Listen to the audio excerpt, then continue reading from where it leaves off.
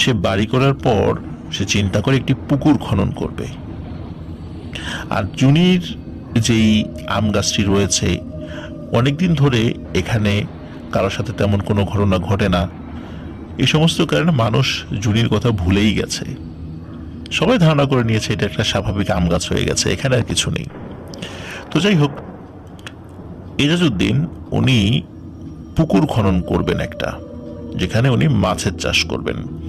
তো সত্যি উনি এক্সক্যাভেটর দিয়ে, যেটাকে ভেকু মেশিন বলি আমরা, সেটি দিয়ে একটি পুকুর খনন করেন। পুকুরের পাড় বাঁধাই করা হয় মাটি দিয়েই। পুকুরে পানি ওঠে এবং সেখানে তিনি মাছ চাষ করেন। তো মাছ চাষ করার মোটামুটি 6 মাসের মধ্যে, যখন 6 মাস হয়ে গিয়েছে, তখন এজাজউদ্দিন উনি সিদ্ধান্ত নেন যে উনি জাল টানবেন, মানে মাছগুলো জাল দিয়ে ধরে সেগুলো জেলেদের কাছে বিক্রি করবেন, এমন একটি পরিকল্পনা। তো সেই চিন্তা মতো জেলেদেরকে খবর দেন। জেলেরা টানা জাল নিয়ে আসে। টানা জাল তো বুঝতেই পারছেন যে পুকুরের এক পাশ থেকে সেগুলো ফেলা হয় এবং আস্তে আস্তে পুকুরের তলদেশ দিয়ে জাল টানতে টানতে আর এক পাশে নিয়ে যাওয়া হয়। ভেতরে যত মাছ থাকে সেগুলো জালে ধরা পড়ে যায়।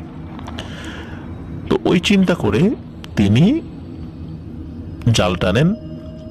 জেলেদের সাথে শর্ত ছিল যে মাছের একটি অংশ তাদেরকে দিতে হবে, তারা টাকা নেবে না, মাছ নেবে। ওকে, ফাইন। এই চিন্তা, জেলেদের এই চিন্তার সাথে তিনিও একমত হন। জেলেরা আসে, পুকুরে জাল ফেলা হয়। জাল এক পাশ থেকে আর এক পাশ যখন টেনে তোলা হয়, তখন দেখা যায় সেই জালের মধ্যে কিছু মরা ডাল, কিছু লতাপাতা, এছাড়া মাছ তো দূরের কথা, একটা ব্যাঙ বা কাকড়াও সেখানে ছিল না। আজব ব্যাপার, এটা কিভাবে সম্ভব? একটা পুকুরে একটিও মাছ থাকবে না, চাষের মাছ তো বাদ দিলাম, দেশি মাছও তো থাকে। আচ্ছা, দেশি মাছও বাদ দিলাম, অন্তত কাকড়া বা ব্যাঙ তো থাকবে। আচ্ছা, সেটার কথা বাদ দিলাম, কোনো জীবন্ত প্রাণী তো, অন্তত পানির যে প্রাণী সেগুলো অন্তত পাওয়া যাবে জালের মধ্যে।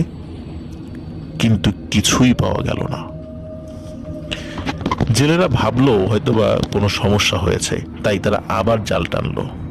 এভাবে 3-3বার জাল টেনে একই ধরনের ঘটনা যখন ঘটলো, তখন জেলেরা প্রচন্ড ক্ষিপ্ত হলো এজাজউদ্দিনের উপরে। তারা বলল যে আপনি পুকুরে কোনো মাছই ছাড়েন নাই, তাই যদি ছাড়েন তাহলে আমাদের জালে একটি মাছও ধরা পড়লো না কেন? এজাজউদ্দিন বলল, অসম্ভব ব্যাপার, আমি বহু টাকার মাছ ছেড়েছি এখানে, মাছ কোথায় গেল? একটা মাছও থাকবে না, এটা তো হয় না।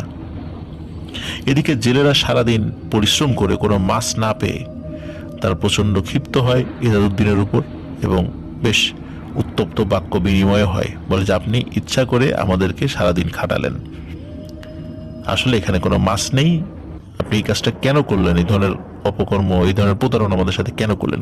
কিন্তু এজাজউদ্দিন তাদেরকে বোঝাতে ব্যর্থ হচ্ছিলেন যে তিনি আসলেই পুকুরে মাছ ছেড়েছেন, কিন্তু কোনো এক কারণে পুকুর থেকে কোনো মাছ ধরা যাচ্ছে না।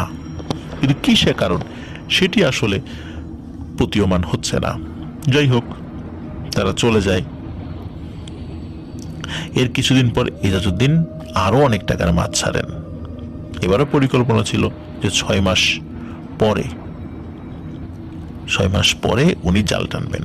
প্রিয় লিসেনার্স, আমি কিন্তু শুরুতে বলেছি ঘটনা ঘটেছে 6 মাস আগে, কিন্তু এই 6 মাস আগে বলতে মূলত ভয়ঙ্কর ঘটনার সূত্রপাত হচ্ছে 6 মাস আগে থেকে। কিন্তু আরো যে ঘটনাগুলো সেগুলো মানে আমি এখন বলছি আপনাদেরকে, যেটা আমি শোনাচ্ছি এখন। যাই হোক, উনি আবার মাছ ছাড়েন। মাছ ছাড়ার যখন 6 মাসের মতো হয়ে যায়, এবার উনি মাছ ধরবেন। এবারও আগের জেলেদেরকে তিনি খবর দেন, কিন্তু এবার এই জেলেরা আসতে চায় না। বলে, আগের বার আপনি ধোঁকাবাজি করেছেন, আমরা আপনার পুকুরে মাছ ধরতে যাব না। এর মধ্যে একজন জেলে ছিল, মানে এর আগের বার যে জেলেরা ছিল তাদের মধ্যে একজন ওই এজাজউদ্দিন তার কাছ থেকে মাছ কিনে পুকুরে ছেড়েছিলেন। তখন ওই এজাজউদ্দিন ওই জেলেকে সাক্ষী মানে, তখন বলে যে আচ্ছা তোমাদের এই লোকের কাছেই জিজ্ঞাসা করো যে আমি মাছ ছেড়েছি কিনা। তখন ওই লোক সাক্ষ্য দেয়, হ্যাঁ আমি এই পুকুরে এরকম সংখ্যক মাছ আমি ছেড়েছি। বেশ 10-12 মনের মতো মাছ ওই পুকুরে ছাড়া হয়েছে। তখন এই ধরনের কথা শুনে জেলেরা আবারও মানে তাদের মতামত তারা চেঞ্জ করে যে হ্যাঁ ঠিক আছে আমরা আবারও যাব, মাছ ধরতে যাব। সেই চিন্তা অনুযায়ী তারা আবারও জাল নিয়ে আসে, আবারও তারা জাল ফেলে, টানা জাল এক পাশ থেকে আরেক পাশ চলে আসে। কিন্তু এবারও একই ঘটনা, কোনো মাছ নেই, পানির কোনো প্রাণীও জালে ধরা পড়ছে না। আবার তারা জাল টানে, আবার তারা জাল টানে, এইভাবে 3বার টানার পরও একই ঘটনা যখন ঘটে, তখন জেলেদের রাগ আর দেখে কে। তখন বলে যে আপনি বারবার আমাদেরকে ধোকা দিচ্ছেন, আমরা মাছ নিব না, আমাদেরকে টাকা দিতে হবে, টাকা দেন। এভাবে বারবার এসে ধোকাবাজি আমরা সহ্য করব না। কিন্তু এজাজউদ্দিনের তো মাথায় হাত, এত টাকার মাছ তিনি ছেড়েছেন, মাছ কোথায় গেল? কেউ তো চুরি করবে না, আর চুরি যদি করেও থাকে অন্তত একটা পুঁটি মাছ তো পুকুরে থাকবে। কিন্তু সেটাও নেই, একটা কাঁকড়াও নেই। এটা কিভাবে সম্ভব? যদি কোনো সাপ মাছ খেয়েই ফেলে, সাপও তো 2-1টা ধরা পড়বে জালের মধ্যে, সেটাও ধরা পড়েনি। তাহলে এটা কিভাবে সম্ভব? এই মাছ কোথায় যাচ্ছে? যদি পুকুরের তলদেশে যদি ফুটো হয়ে সব মাছ চলে গিয়ে থাকে, তাহলে ওই ফুটো দিয়ে তো পানিও চলে যাওয়ার কথা, কিন্তু পানি তো ঠিকই আছে। যাই হোক, এবারও বড় ধরনের ধরা খায় এজাজউদ্দিন। তখন জেলেরা পরামর্শ দেয়, যেহেতু আপনার পুকুরে এই ধরনের ঘটনা ঘটছে, আপনি পানি সেচে সব মানে চারদিকের সবকিছু শুকিয়ে ফেলুন আগে, তারপর ওই শুকনা মাটিতে বা কাদা মাটিতে কিছু সার দিন, কিছু পরিচর্যা করুন। আর আলফাডাঙ্গা উপজেলা মৎস্য অফিস যেটা রয়েছে সেখানে যান, সেখানকার যে উপজেলা মৎস্য অফিসারের সাথে যোগাযোগ করেন, দেখেন তিনি কি বলেন।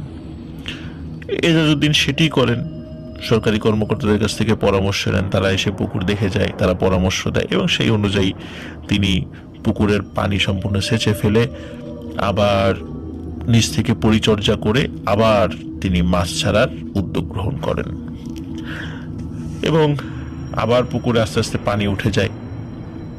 এবার তিনি মাছ ছাড়েন, তবে এবার সবাই পরামর্শ দেয় এবার আপনি চারদিক থেকে কাঁটাতারের বেড়া দেবেন, পুকুরকে ঘিরে দেবেন, এমনভাবে ঘিরে দেবেন যেন বাহিরের কোনো মানুষ ভিতরে সহজে ঢুকতে না পারে।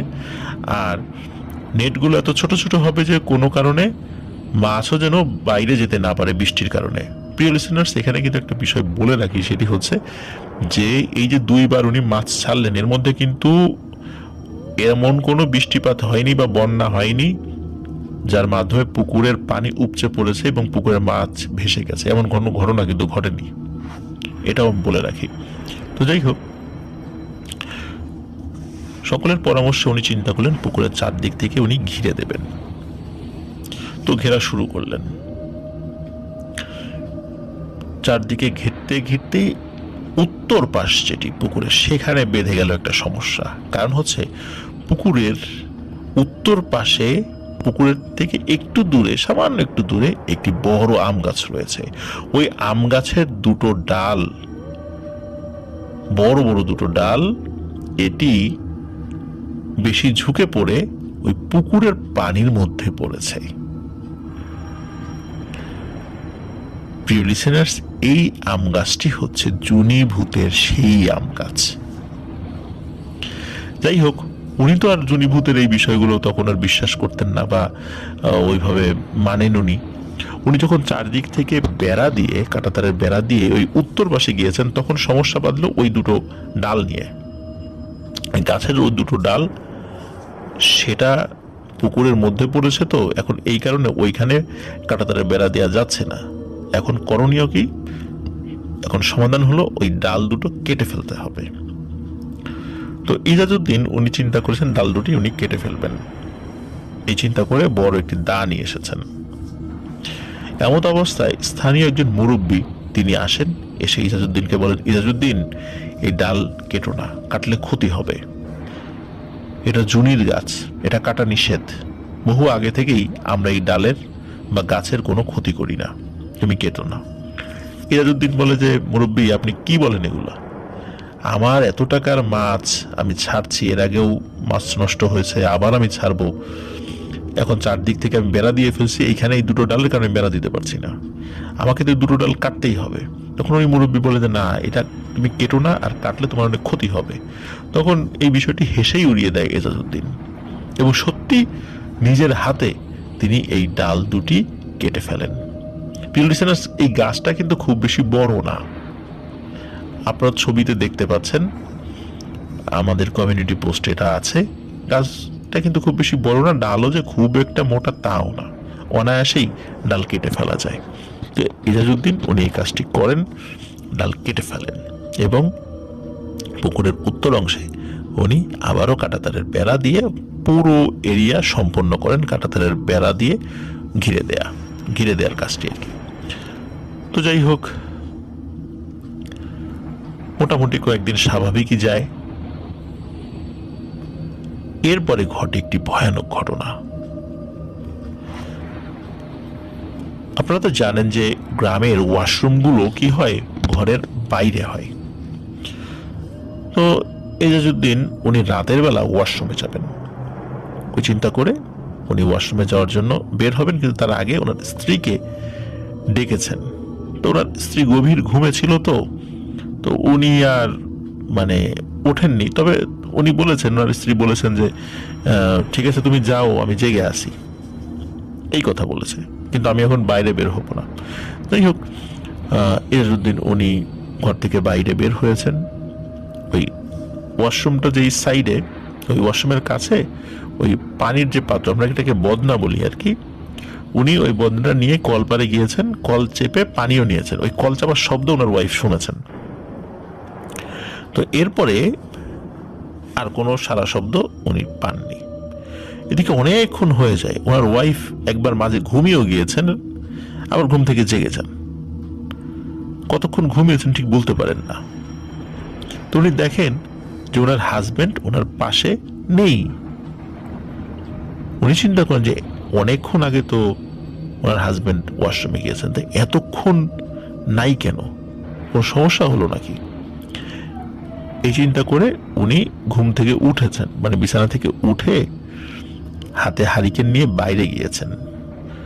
বাইরে গিয়ে তিনি দেখতে পান যে ওয়াশরুমের দরজা খোলা, কিন্তু ওনার যে বদনাটা ছিল এটি উঠোনে পড়ে রয়েছে, এবং এটি কলপার এবং ওয়াশরুমের ঠিক মাঝামাঝি পড়ে রয়েছে।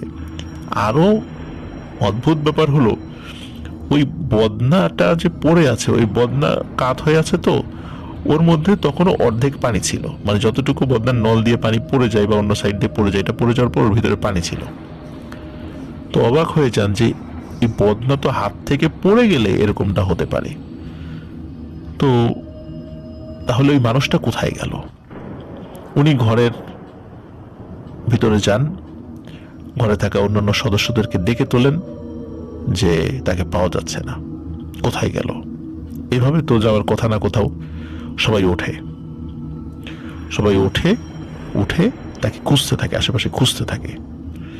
এখন আশেপাশে খোঁজা বলতে তারা খুঁজতে গিয়েছে মোটামুটি রাস্তা দিয়ে, আশেপাশের বাড়ির সাইড দিয়ে খুঁজতে গিয়েছে।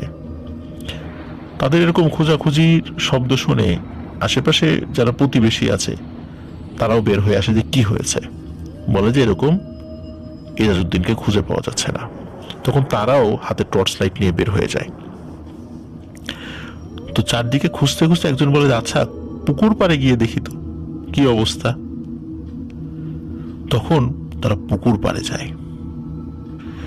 পুকুর পাড়ে যখন যায়, ওই পুকুর পাড়ে মূলত চারদিকে খুঁজে না পেয়ে যখন ফিরে আসছিল, তখন ওই আম গাছটার নিচে ইজাজউদ্দিনকে তারা আবিষ্কার করে। ভয়াবহ অবস্থা, মারাত্মকভাবে সে আহত। রক্তারক্তি হয়ে খুবই বীভৎস অবস্থা হয়ে আছে তার পুরো দেহ। কোনো মতে জানটা আছে আর কি, তাও কেউ কেউ বলছে হয়তো সে মারা গেছে। কিন্তু এমন ভয়ানক অবস্থা তার কিভাবে হলো? কে এমন নৃশংসভাবে তাকে জখম করলো? কিভাবে সে বাড়ির উঠোন থেকে এখানে এসে পৌঁছলো? এই প্রশ্নের উত্তর পেতে হলে ইজাজউদ্দিনের মুখ থেকেই শুনতে হবে, তাছাড়া কেউ তো জানে না। তাকে দ্রুত ওখান থেকে উদ্ধার করা হয়। ওই রাত্রেই আলফাডাঙ্গা উপজেলা স্বাস্থ্য কমপ্লেক্সে ভর্তি করা হয়। সে জীবিত ছিল, কিন্তু অবস্থা খুবই খারাপ ছিল। আরো একটা ভয়ানক ব্যাপার হলো, তার ডান হাতটা কনুই থেকে কবজি পর্যন্ত, কবজিও না মানে একদম হাতের নখ পর্যন্ত 5 আঙ্গুল সহ এমন ভাবে গুঁড়ো গুঁড়ো হয়ে গেছে, মনে হচ্ছে কোনো একটা পাথরের উপর হাত রেখে আরেকটি ভারী পাথর দিয়ে আঘাত করে করে হাতটা এভাবে থেতলে দেওয়া হয়েছে হাড় সহ। ডাক্তার বলেন ওনার হাতের অবস্থা এতটাই খারাপ যে এটা আর অপারেশন করে আর ঠিক করা যাবে না।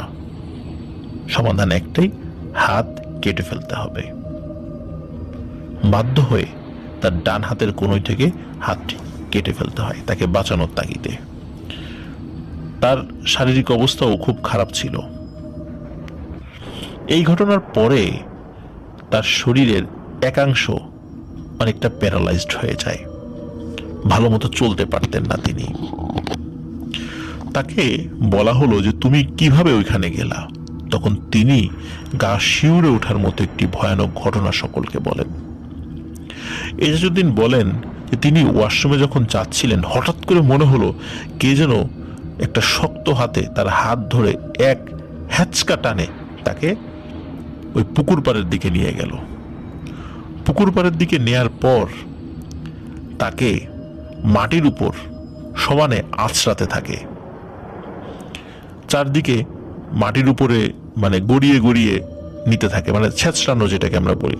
তার সমস্ত শরীর ছুলে যেতে থাকে, তিনি প্রচন্ড জোরে চিৎকার করতে থাকেন, কিন্তু মনে হচ্ছিল তার গলা দিয়ে কোনো চিৎকার বের হচ্ছে না। কিন্তু তারপরও তিনি চিৎকার করতে থাকেন, কিন্তু তার চিৎকার কিন্তু কেউ শুনতে পায়নি।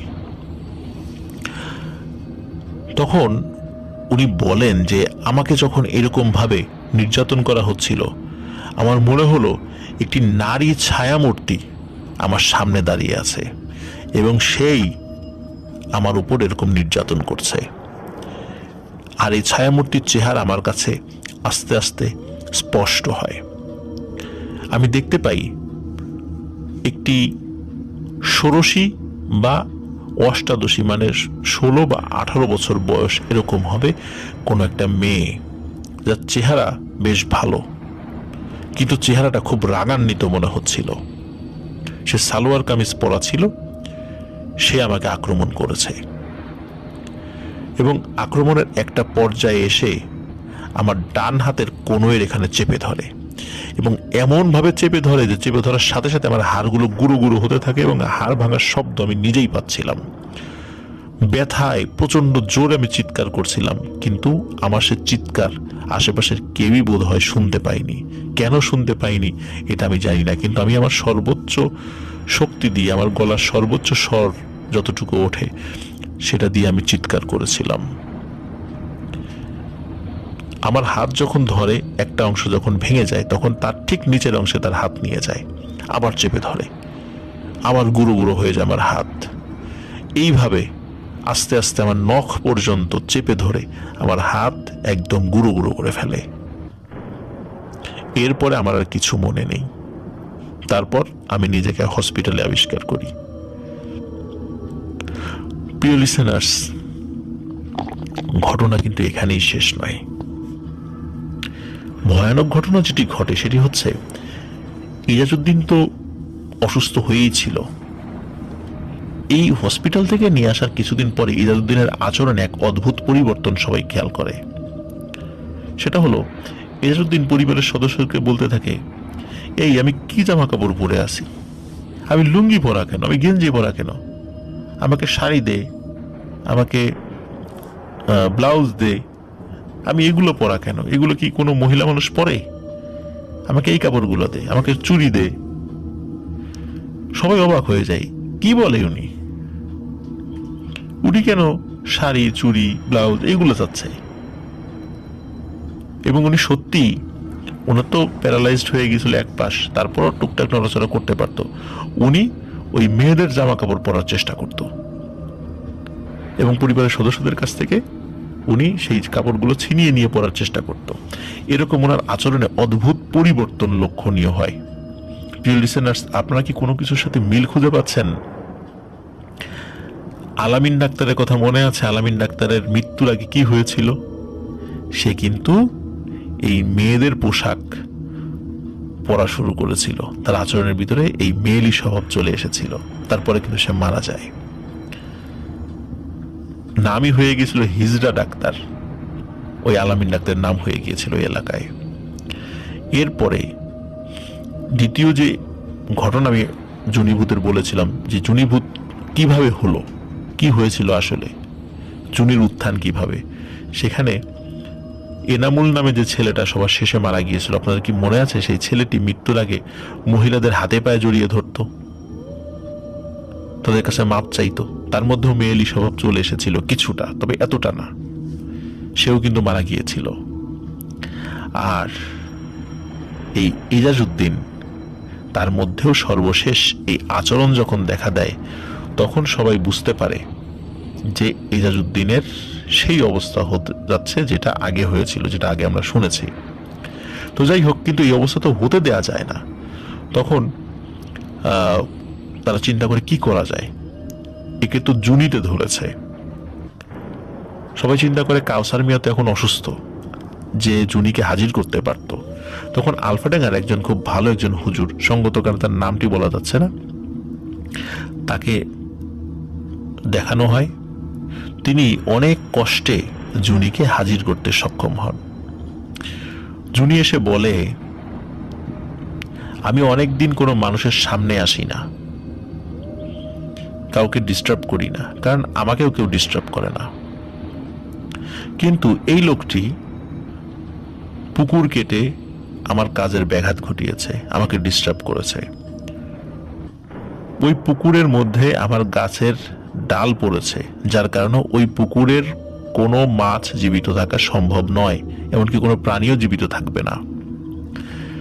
সে যখন বুঝতে পারে নাই যে এই সমস্যা হয়েছে, সে মানুষের কাছ থেকে তো শুনেছে, মানুষ বলেছে, কিন্তু তারপরেও সে বিশ্বাস করেনি। একজন মুরব্বী তাকে নিষেধ করেছিল গাছের ডাল কাটতে, তারপরও সে ডাল কেটেছে। এবং তার শাস্তি হিসাবে আমি তাকে এই কাজটি করেছি। আমি তাকে প্রাণে মেরে ফেলতে পারতাম, কিন্তু প্রাণে মেরে ফেললে মানুষ বুঝতে পারতো না যে আসলে কোন অপরাধে তাকে শাস্তি দেওয়া হয়েছে। বরঞ্চ কোন নিরপরাধ ব্যক্তিকে পুলিশে ধরে নিয়ে যেত তাকে হত্যার অপরাধে। এই জন্য তাকে আমি প্রাণে মারিনি, যাতে করে সে পরে মানুষকে বলতে পারে যে আসলে কি কারণে তার এই পরিণতি হয়েছে। আমি কাউকে ডিস্টার্ব করব না, কেউ যেন আমাকে ডিস্টার্ব করতে না আসে। যতদিন এই গাছ জীবিত থাকবে, আল্লাহ যদি আমাকে হায়াতে রাখে, তাহলে আমিও জীবিত থাকব এবং আমি এই গাছেই থাকবো। প্রিয় লিসেনার্স, এখানে কিন্তু একটা কথা বলে রাখি, মৃত মানুষ কিন্তু কখনো ফেরত আসে না। মূলত জুনিরূপী একটি জিন সেই এই কাজটি করে যাচ্ছে, যার কারণে এই জিনটি যতদিন জীবিত থাকবে বা এই গাছ যতদিন জীবিত থাকবে, সে এই গাছেই থাকবে। কিন্তু সে কোনো মানুষকে ক্ষতি করবে না, কিন্তু মানুষ যেন ওই গাছের কোনো ক্ষতি না করে, এটি হচ্ছে তার শর্ত। এই বলে সে চলে যায়। প্রিয় লিসেনার্স, এজাজউদ্দিন উনি সপ্তাহখানেক আগে ইন্তেকাল করেছেন। তো ওনার 40 মানে উনি যখন মারা যান আর কি, 40 আনা, এটা হয়তো 7 দিন বা 12 দিন এরকম আর কি, এরকমটাই আমাকে যতটুকু মনে পড়ে বলেছে। তো ওনার ওই কুলখানি বা দোয়ার অনুষ্ঠানে ওই সময় আলামিনের মামি এবং তার আর এক ভাই মেশকাত সে গিয়েছিল, যেহেতু তাদের আত্মীয়। তখন হচ্ছে তার মৃত্যুর এই কারণ সম্পর্কে তারা অবগত হয়। তখন মেশকাত এই ঘটনাটি ডিটেলসে সংগ্রহ করে এবং আলামিনকে জানায়, এবং আলামিন এই ঘটনাটি পরবর্তীতে আমাকে জানায়। প্রিয় লিসেনার্স, 2022 সালে জুনিভূত ফিরে আসার একটি সম্ভাবনার কথা বলেছিলাম, কিন্তু নিশ্চিত ছিলাম না। কিন্তু সত্যি যে সেই ঘটনা ঘটে গেছে সেটি আমরা জানতে পেরেছি।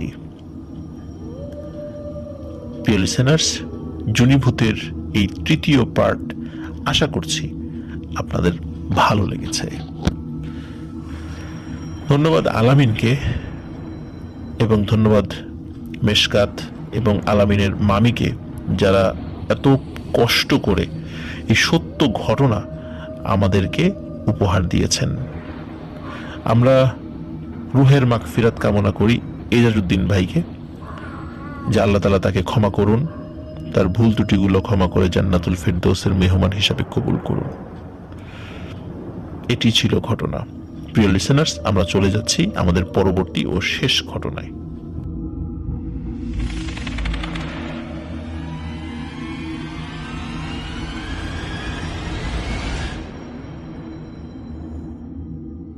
আবারও স্বাগতম প্রিয় লিসেনার্স, ফ্রাইডে স্পেশাল এপিসোডের দ্বিতীয় ও শেষ ঘটনায়। এখন যে ঘটনাটি বলবো, এই ঘটনাটি আমাদেরকে পাঠিয়েছেন কিশোরগঞ্জ থেকে আকলিমা জান্নাত মৌ। এই ঘটনাটি কিশোরগঞ্জ জেলার কোন একটি গ্রামের ঘটনা। ঘটনাটির সময়কাল আজ থেকে প্রায় 50 বছর আগে। ঘটনাটি আকলিমা জান্নাত মৌ তার বাবার মুখে শুনেছেন। ঘটনাটি যার সঙ্গে ঘটেছে তার নাম হচ্ছে কাজল মিয়া। এই কাজল মিয়া সম্পর্কে এই আকলিমা জান্নাত মৌয়ের চাচাতো চাচা হন।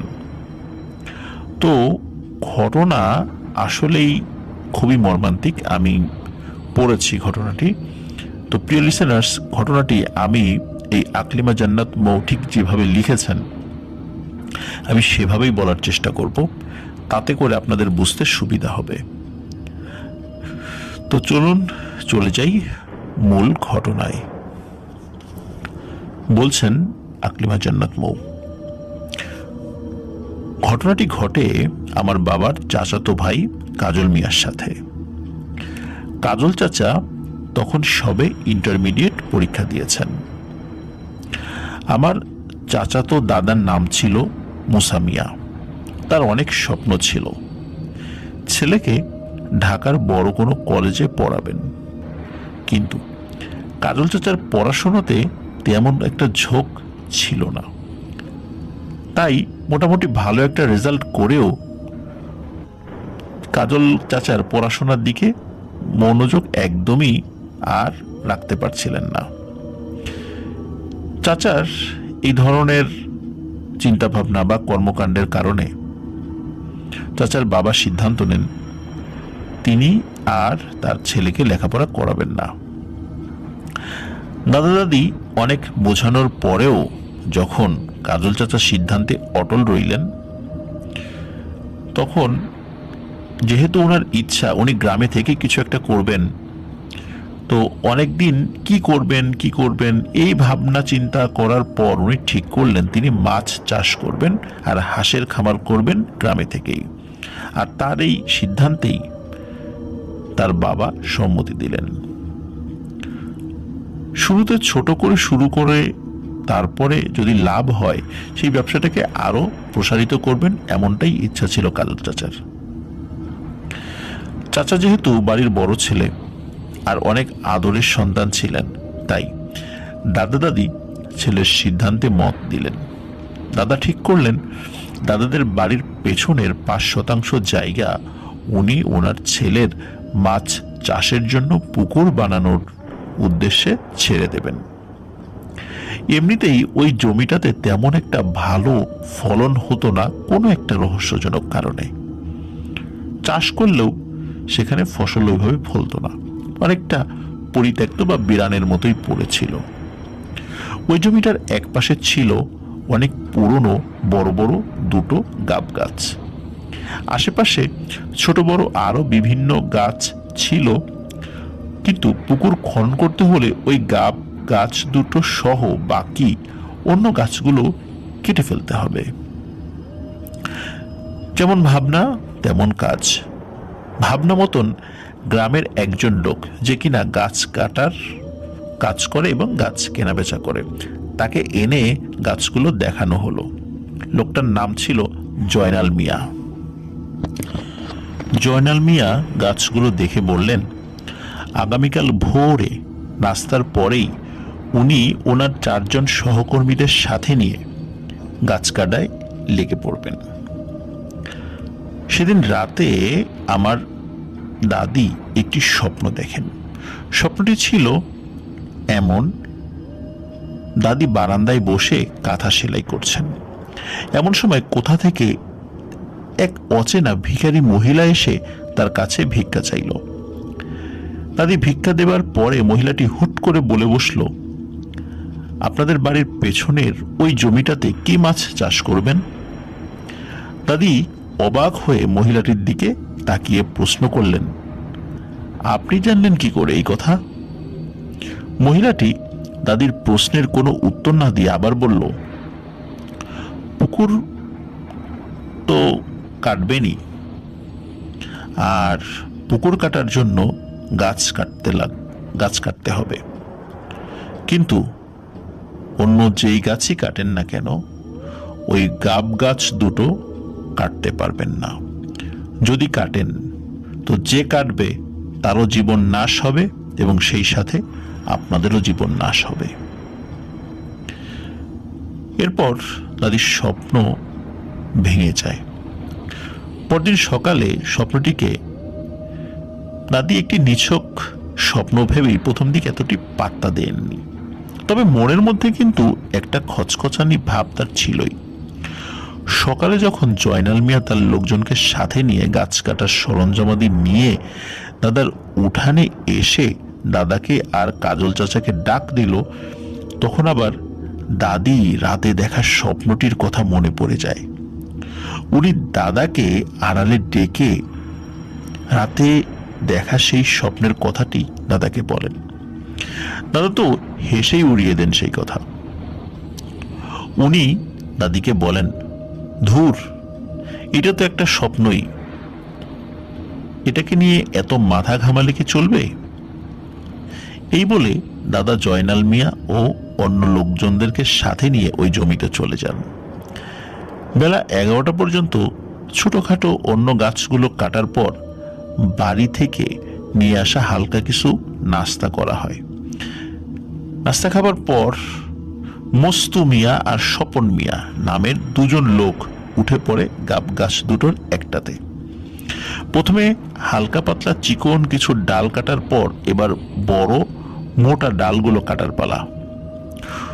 উপরের একটি কাছের ডালে বসে নিচের একটি ডাল কেটে ওই ডালটি মোটা রশি দিয়ে বেঁধে নিচে নামানো হবে। সেই মতন মস্তু মিয়া নামের লোকটি কুঠার নিয়ে উঠে পড়েন উপরের একটি ডালে।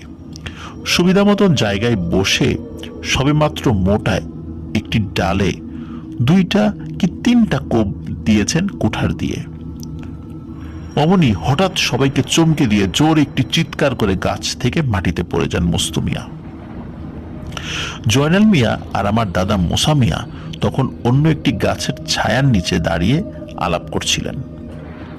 হঠাৎ করে এমন একটি ঘটনা ঘটে যাওয়ায় সবাই আটকে ওঠে। মস্তু মিয়া যেখানে পড়ে অজানা কারণে ছটফট করছেন সেখানে ছুটে গেলেন তারা। কিছুই বুঝতে পারছেন না ঘটনাটি আসলে কি ঘটল। মস্তু মিয়াও কিছুই বলতে পারছে না, সমানে মৃগী রোগীর মতো ছটফট ছটফট করছে।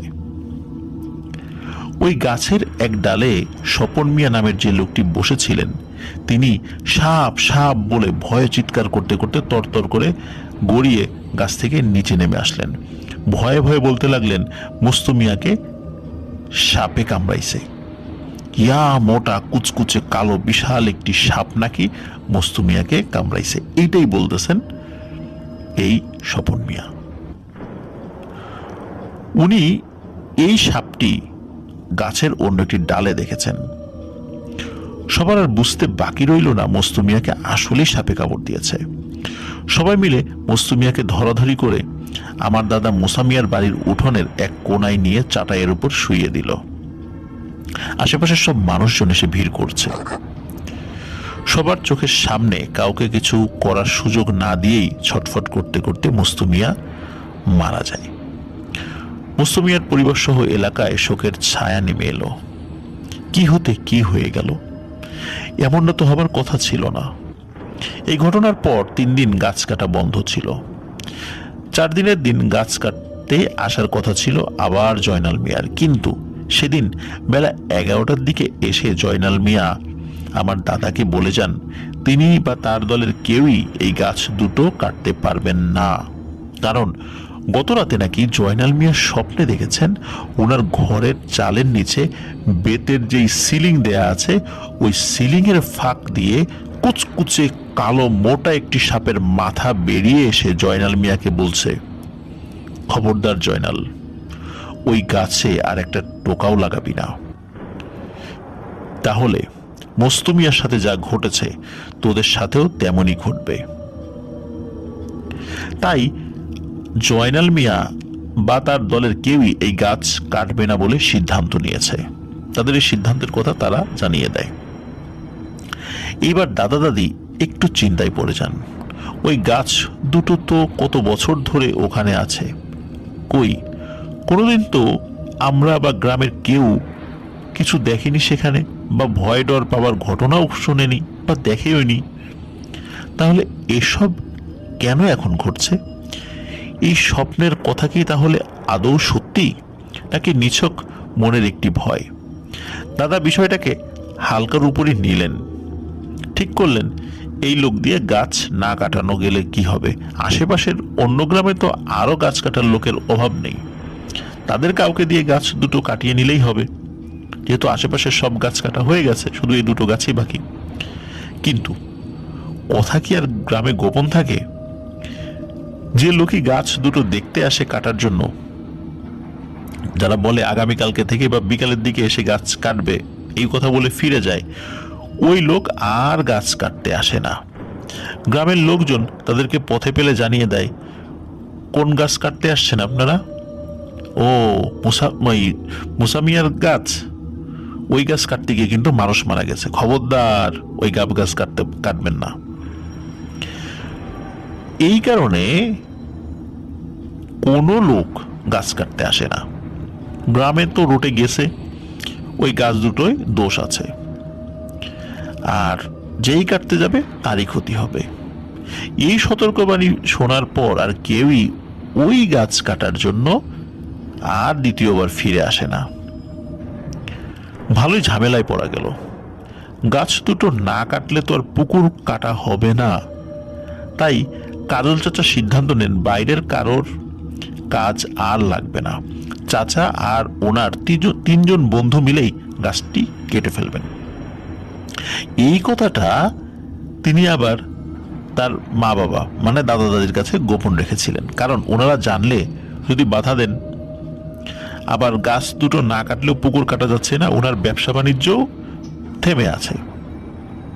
যাই হোক, চাচার সামনে গাছ কাটার একটি সুযোগও চলে আসে একদিন। সেদিন অন্য একটি গ্রামে চাচার খালার বাড়িতে খালার শাশুড়ির 40 অনুষ্ঠানের দাওয়াত ছিল সবার। দাদা দাদি আর ওনারা ছোট 3 ভাই বোন ওই গ্রামে দাওয়াত খেতে গেলে চাচা গাছ কাটবেন বলে নিয়ত করে রেখেছিল আগে থেকেই, তাই একটি অজুহাত দেখিয়ে বাড়িতে থেকে গেলেন, বললেন যে আমি যাব না দাওয়াতে, তোমরা সবাই যাও। বাড়ির সবাই বাড়ি থেকে বেরিয়ে পড়া মাত্রই কাজল চাচা আর তার 3 বন্ধু মামুন, হুমায়ুন আর জাকিরকে খবর পাঠিয়ে গাছ কাটার জন্য প্রয়োজনীয় জিনিসপত্র সাথে নিয়ে বাড়িতে আসতে বলেন। সবাই চলে আসলে ঘরে তালা মেরে গাছ কাটার উদ্দেশ্যে বাড়ির পেছন দিকে 4 জনে চলে যায়। চাচার খালার বাড়ি ওই গ্রাম থেকে বেশ দূরে, তাই দাদা দাদি ও তার 3 ভাই বোনকে একদিন অবশ্যই থেকে আসতে হবে চাচার খালার বাড়িতে। এই সুযোগে চাচা নির্বিঘ্নে গাছ কেটে ফেলতে পারবেন। কাজল চাচা আর তার এক বন্ধু জাকির উঠে গেলেন গাব গাছের ডালে। কিছুক্ষণ কোপাকুপির পর মামুন নামের যে ছেলেটি ছিল সে গাছের নিচে দাঁড়িয়ে গাছের ছোট ডালগুলো একপাশে জড়ো করছিল। সে হঠাৎ করে উদ্ভ্রান্তের মতো হাত পা ছুঁড়ে সাপ সাপ বলে চিৎকার করতে লাগলো। কাজল চাচা আর মামুন চিৎকার শুনে জলদি গাছ থেকে নেমে আসলেন। সাপের কথা শুনে সবাই হাতে ডাল নিয়ে আশেপাশের কাটা ডালের স্তূপের নিচে, পাতার নিচে বা ঝোপঝাড়ের ভেতরে সাপ খোঁজায় লেগে পড়লেন। কাজল চাচার চোখে হঠাৎ সাপের একটি লেজ পড়ে গেল। উনি দেখতে পেলেন সরসর করে একটা সাপ পড়ে থাকা পাতার স্তূপের ভেতর ঢুকে যাচ্ছে। উনি বিদ্যুৎ গতিতে ওনার হাতে থাকা মোটা ডালটি দিয়ে পরপর কয়েকটি বাড়ি মারলেন। তারপর ডালের খোঁচায় পাতাগুলো সরিয়ে দেখলেন একটি ছোট্ট সাপ 1 হাত সমান লম্বা হবে। লাঠির বাড়ি খেয়ে আহত হয়ে পড়ে আছে, তখনও মারা যায়নি।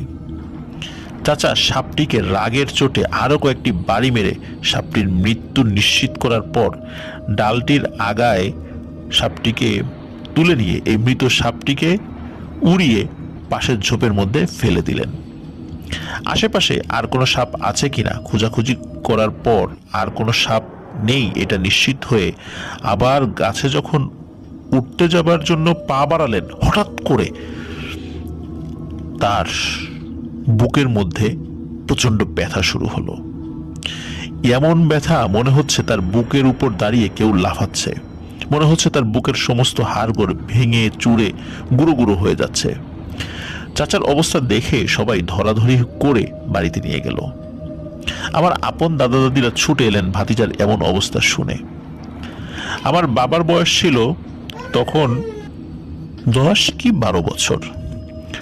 উনিও দাদা দাদির সাথে ওই বাড়িতে গিয়ে দেখেন কাজল চাচাকে বারান্দায় একটা চৌকির উপর শুইয়ে রাখা হয়েছে, আর তিনি বুকের ব্যথায় খুব ছটফট করছেন। বাড়ির পাশের একজন বয়স্ক লোক, যিনি কিনা কিছুটা ঝাড়ফুঁক বা কবিরাজি জানেন বলে কথিত ছিল এবং তিনি টুকটাক চিকিৎসাও করতেন মানুষের, ওনাকে খবর পাঠিয়ে নিয়ে আসা হলো। উনি এক গ্লাস পানিতে কিছু একটা পরে ফু দিয়ে ওই পানিটা চাচাকে খাইয়ে দেবার কিছুক্ষণ পরে চাচার বুকের ব্যথা আপনা আপনি সেরে গেল। সেই রাতে বাড়িতে কাজল চাচার বাবা মা কেউ ছিলেন না বলে কাজল চাচা আমার দাদার বাড়িতে আমার বড় চাচা আর বাবার ঘরে তাদের সাথেই ছিলেন। কাজল চাচা আর আমার বড় চাচা ছিলেন চৌকিতে, আর আমার বাবা মাটিতে একটি মাদুর পেতে সেখানে বিছানা করে শুয়েছিলেন। রাত তখন আনুমানিক 2টা হবে। হঠাৎ সবার ঘুম ভাঙে কাজল চাচার চিৎকারে। কাজল চাচা জোরে জোরে সাপ সাপ বলে চিৎকার করতে থাকেন আর এলোপাথারি হাত পা ছুঁড়ে অদৃশ্য কিছু একটা গা থেকে বা মাথা থেকে ছুঁড়ে ছুঁড়ে নিচে ফেলতে থাকেন। আমার বড় চাচা আর বাবা ভয় পেয়ে দরজা খুলে দিলে দাদা দাদিও ছুটে আসেন সেই ঘরে। এসে কাজল চাচার এমন অদ্ভুত আচরণে তারাও ভয় পেয়ে যান। কাজল চাচাকে কিছুতেই শান্ত করা যাচ্ছিল না। তিনি চিৎকার করে কাঁদতে থাকেন আর বলতে থাকেন অজস্র সাপ নাকি কিলবিল করে তার গায়ে, মাথায়, শরীরে উঠছে এবং তাকে কামড়ানোর চেষ্টা করছে। উনি অনুনয় ভরা সুরে সবাইকে বলতে থাকেন আমাকে বাঁচাও, আমাকে বাঁচাও। অথচ ওনার পাশে দাঁড়িয়ে থাকা আমার দাদা দাদি, বড় চাচা আর বাবা কোনো সাপই দেখতে পাচ্ছিলেন না। সারাটা রাত কাটে এভাবে কাজল চাচার পাগলামিতে। ফজরের আজানের পর উনি কিছুটা শান্ত হন আর ক্লান্ত হয়ে ঘুমিয়ে পড়েন। সকালে অনেক বেলা করে ঘুম থেকে ওঠেন। কাজল চাচা ঘুম থেকে ওঠার পরে প্রথমে কিছুক্ষণ স্বাভাবিক ছিলেন, মানে তার আচরণ স্বাভাবিক ছিল। তারপর যখন কাজল চাচার সামনে আমার দাদি সকালের নাস্তা নিয়ে আসলেন, উনি কয়েক লোকমা ভাত খেয়ে যখন পানির গ্লাসটা হাতে নিলেন পানি খাবার জন্য, উনি ঠাস করে পানির গ্লাসটা ছুঁড়ে মাটিতে ফেলে দিয়ে আবার রাতের মতো চিৎকার করে বলতে লাগলেন সাপ সাপ সাপ। গ্লাসের পানিতে নাকি উনি সাপের বাচ্চা দেখেছেন। সেদিন দুপুরে কাজল চাচার বাবা মা বাড়িতে ফিরে এসে তাদের ছেলের এই অবস্থা দেখে তো অবাক। কাল বাড়িতে রেখে গেলেন সুস্থ সবল ভালো ছেলেকে, আর আজ এক রাতের মাঝেই তার ছেলের একই অবস্থা। কাজল চাচা সারাক্ষণই আতঙ্কে থাকতেন। যতক্ষণ ঘুমিয়ে থাকেন কিছুটা সময় ঠিক থাকেন, ঘুম থেকে জাগলেই যাই দেখেন সাপ সাপ বলে চিৎকার করে বাড়ি মাথায় তোলেন। উনি নাকি গাছের ডালে সাপ দেখতে পান, কাপড় শুকানোর রশিতে সাপ ঝুলছে দেখতে পান, ঘরে বিছানার উপর দেখতে পান অজস্র সাপ কিলবিল করছে। আর অদ্ভুত বিষয়, প্রতিটি সাপের নাকি দুটি করে মাথা। সাপগুলো নাকি ওনার দিকে তাকিয়ে রাগে ফসফস করে ফনা তুলে তার দিকে তেড়ে আসতে থাকে, তাকে ছোবল দিবে বলে। আস্তে আস্তে উনি যে কোনো খাবারের মধ্যেও সাপ দেখতে থাকলেন। সবাই ওনাকে নিয়ে খুবই দুশ্চিন্তায় পড়ে গেলেন, কি করবেন কিছুই বুঝতে পারছেন না। প্রথম দিন যেই মুরব্বীর কাছে পানি পড়া কাজল চাচা নিয়েছিলেন এবং কাজল চাচার বুকের ব্যথাটা যার কাছ থেকে পানি পড়া নিয়ে সেরে গিয়েছিল, উনি এসে কাজল চাচাকে দেখলেন, কিছু ঝাড়ফুঁক করলেন, কিন্তু কিছুতেই কিছু হলো না। সারাদিন রাত চিৎকার চেঁচামেচি করতে করতে না খেয়ে না ঘুমিয়ে কাজল চাচার শরীর একেবারে ভেঙে পড়ল। উনি তখন প্রায় পাগলই বলা চলে। এক রাতে কাজল চাচার বাবা মুসা মিয়া স্বপ্নে দেখলেন কেউ একজন বলছে, তোরা যতই চেষ্টা করিস, যতই ঝাড়ফুঁক কবিরাজ হুজুর দেখাস, কোনো লাভ হবে না। তোর ছেলে নিষেধ সত্ত্বেও গিয়েছিল আমাদের বাসস্থান ধ্বংস করতে, শুধু অতটুকু করেই ও ক্ষান্ত হয়নি, নিষ্ঠুরভাবে পিটিয়ে আমার ছোট্ট আদরের মেয়েটাকে মেরে ফেলেছে সে। তার শাস্তিও পাবে, ও মরবে, ওকে তোরা বাঁচাতে পারবি না। এই স্বপ্নটা নিয়ে দাদা এক হুজুরের সাথে বোঝার পর হুজুর তাকে বলেন, আপনার ছেলের উপর মনে হচ্ছে কোনো খবিশ জিনের রাগ পড়েছে, তার থেকে আপনার ছেলেকে বাঁচাতে হলে জলদি বড় কোনো আলেম বা কবিরাজের শরণাপন্ন হন।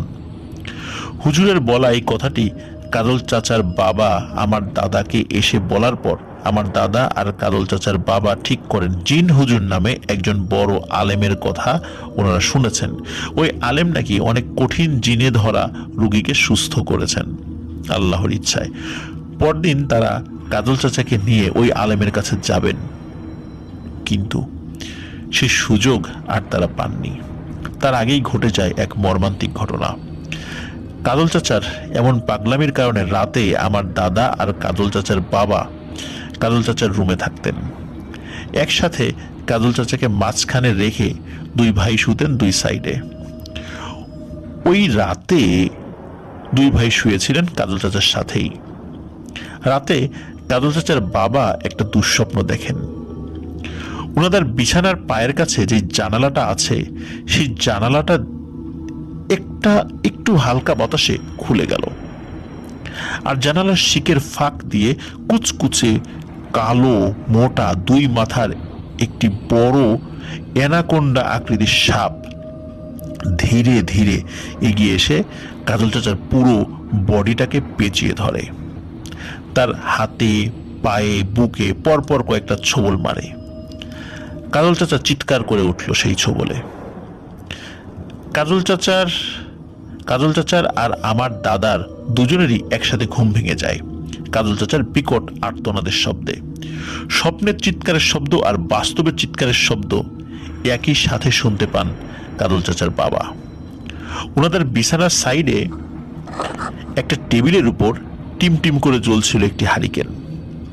চাচার চিৎকারের শব্দে যখন দুই ভাইয়ের ঘুম ভেঙে যায়, তখন চোখের পলকেই মনে হলো বিছানার পাশে থাকা হারিকেনটি কিছু একটির বাড়ি লেগে মেঝেতে পড়ে ঠাস করে ভেঙে গেল।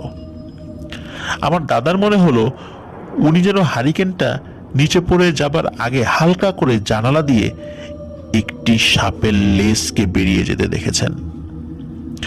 পুরোটা ঘর অন্ধকারে ছেয়ে আছে, আর সেই সাথে কাজল চাচার চিৎকার। দিশেহারা হয়ে আমার দাদা বিছানা থেকে নেমে অন্ধকারের মেঝে হাতড়াতে লাগলেন হারিকেনটার খোঁজে। হারিকেনের ভাঙা কাচের খোঁচায় দাদার হাত কেটে গেল। দাদা সেই দিকে পরোয়া না করে জলদি উঠে দাঁড়িয়ে ঘরের দরজা খুলে কাজল চাচার মা আর আমার দাদিকে ডাকতে লাগলেন আলো নিয়ে আসার জন্য। কিছুক্ষণ পরেই কাজল চাচার গোঙানি শোনা গেল। তারপর আস্তে আস্তে ধীর ধীর ধীর হতে থাকলো সবকিছু। ধীর হতে হতে সব চুপ, স্তব্ধ হয়ে গেল। কাজল চাচার বাবা ছেলের পাশে বসে অন্ধকারে ছেলের মুখে বুকে হাত দিয়ে ছেলেকে ডাকছেন, কাজল, এই কাজল, কি হলো বাপ, কি হয়েছে তোর? এই কাজল, কথা ক বাপ। কিন্তু কাজল চাচা চুপ। যতক্ষণে দাদিরা আরেকটি হারিকেন নিয়ে এসে ঘরে ঢুকেছেন ততক্ষণে সব শেষ। কাজল চাচা চলে গেছেন না ফেরার দেশে। কাজল চাচার মৃত্যুতে দাদা দাদি খুবই ভেঙে পড়েন। পুরো পরিবারে নেমে আসে শোকের ছায়া। বংশের বড় ছেলের এমন অপ্রত্যাশিত করুণ মৃত্যুকে আসলে কেউই মেনে নিতে পারেনি। কেউ আশাও করতে পারেনি এমন ঘটনা ঘটবে। আমার দাদা বাড়ির অনেক কিছুই আজ পাল্টে গেছে। পুরনো ঘর ভেঙে সেখানে উঠেছে 3 তলা আলিশান দালান। কিন্তু বাড়ির পেছনের ওই জমির সাইডে দাঁড়িয়ে থাকা অভিশপ্ত গাব গাছগুলো আজও দাঁড়িয়ে আছে। ওই ঘটনার পর আর কেউ ওই গাছ কাটার সাহস করেনি কোনোদিন, এবং আজ পর্যন্তও নয়। ছোটবেলায় দাদা বাড়িতে বেড়াতে গেলে সব জায়গায় খেলার অনুমতি পেলেও ওই গাব গাছ দুটোর কাছে যাওয়া পরিবার থেকে কঠিনভাবে নিষেধ করে দেওয়া হয়েছিল। ওই গাব গাছের গাব আমরা কোনোদিনই খাইনি। শুধু আমরা না, পুরো গ্রামের কেউই খাইনি এবং কেউ ওখানে যায়ও না গাছের ফল পাড়তে বা কুড়াতে। সবার মনেই একটা চাপা ভয় কাজ করে গাছকে ঘিরে।